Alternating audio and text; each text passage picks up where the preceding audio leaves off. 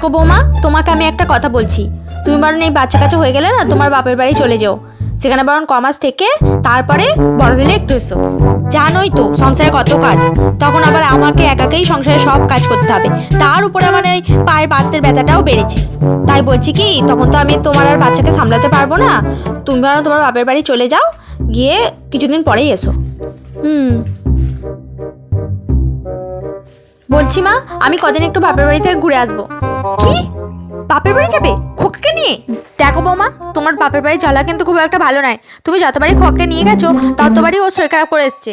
না না, আমি আমার নাতিকে তোমার সঙ্গে কোথাও পাঠাবো না। যার হলে তুমি তোমার একা তোমার বাপের বাড়ি যাও, খোকা আমার কাছে থাকবে। আচ্ছা মা, এ যখন হলো তখন তো আপনি বলেছিলেন একে নিয়ে আমার বাপের বাড়ি থাকতে। তখন আমার বাপের বাড়ি চলা খারাপ ছিল না, আর এখন গেলেই চলা খারাপ?